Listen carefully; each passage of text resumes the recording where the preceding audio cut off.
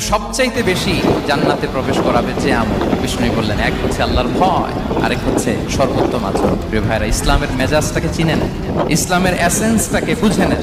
আমরা ভালো আচরণকে গুরুত্ব দিতে চাই না। অনেক নামাজি লোক দেখবেন নামাজ পড়তে পড়তে কপালে কালো দাগ ফেলে দিচ্ছে, বাসায় বউয়ের সাথে খারাপ আচরণ করে, খিটখিটে মেজাজে, প্রতিবেশীর সাথে শুধু ঝগড়া, কলিগদের সাথে ঝগড়া, মারামারি, দুঃসম্পর্ক। এরকম আছে না? নেই বলেন, আছে না? কিন্তু নামাজ অনেক বড় হাজি, একদিনও কোরআন তেলাওয়াত মিস হয়। তো এত আবাদত করেও সে ইসলামের আসল এসেন্সটাকে ধরতে পারে। বিষ্ণু বললেন সবচেয়ে বেশি জান্নাতে প্রবেশ করাবে যে দুটি আমল, একটি হচ্ছে তাকওয়াল্লাহ, আল্লাহর ভয়, আরেকটি হচ্ছে উত্তম আচরণ, সর্বোত্তম আচরণ। তো আমরা যেন উত্তম আচরণের অধিকারী হই, আমার স্ত্রীর সাথে যেন ভালো আচরণ করি, প্রতিবেশীর সাথে যেন ভালো আচরণ করি, ছেলে মেয়েদের সাথে যেন আমাদের অ্যাটিটিউডটা ভালো থাকে, আচরণটা ভালো থাকে, কলিগের সাথে যেন ভালো থাকে। বিশ্বনবীর আচরণ যেমন ছিল তেমন আচরণ যেন আমরা করে তুলতে পারি। আওয়াজ করে পড়ুন আমিন। সুনানে আবু দাউদের এক